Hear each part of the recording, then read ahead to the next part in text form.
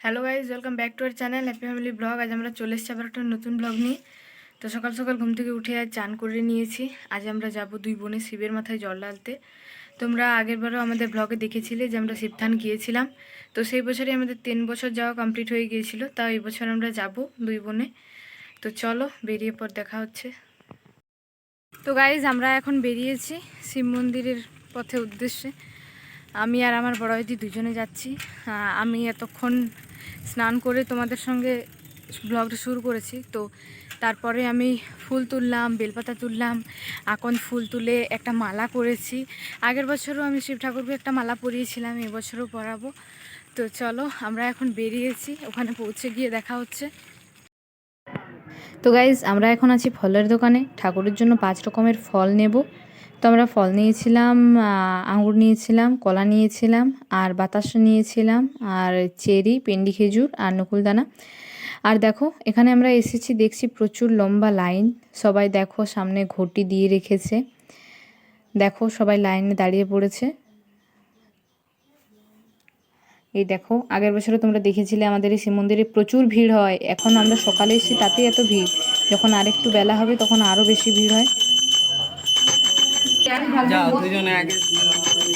তো গাইজ দেখো, এরপর আমরা পুজো দিতে ভিতরে ঢুকছি। অনেক লম্বা লাইনের পর আমরা পেয়েছি অবশেষে। দেখো, আমি শিবের মাথায় দুধ ঢেলেছিলাম আর আমার বড় যে জল ঢেলেছিল। তো দেখো, আমি দুধ ঢালছি।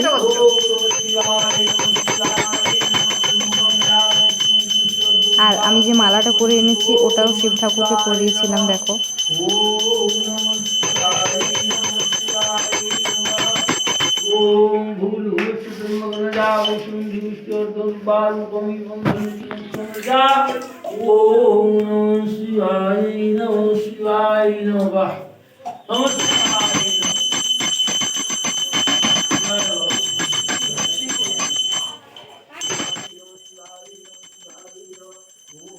তো আমার পুজো দেওয়া কমপ্লিট হয়েছে।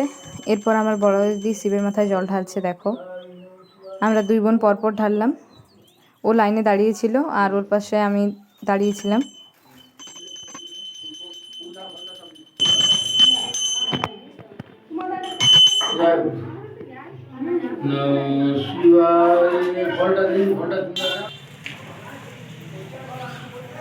গাইজ, আমরা এখন এসেছি কালী মন্দিরে প্রণাম করতে। দেখো, এটা আমাদের সেই ভূতচরের কালী মাতা।